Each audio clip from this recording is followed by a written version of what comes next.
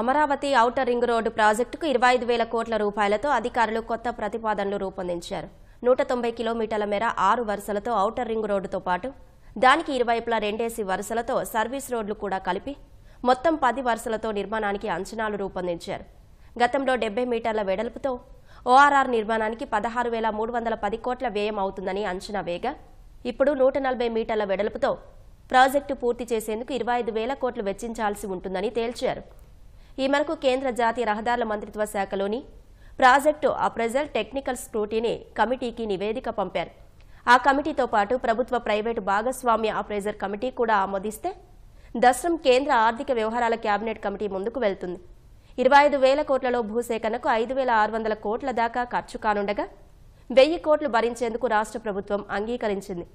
నిర్మాణ సామగ్రిపై రాష్ట్ర జీఎస్టీ 9%, మట్టి, కంకర, గ్రావెల్ తదితరాలపై మైనింగ్, సీవరేజ్ ఫీజు పూర్తిగా మినహాయింపు రూపంలో మరో 2,000 కోట్లు భరించనుంది.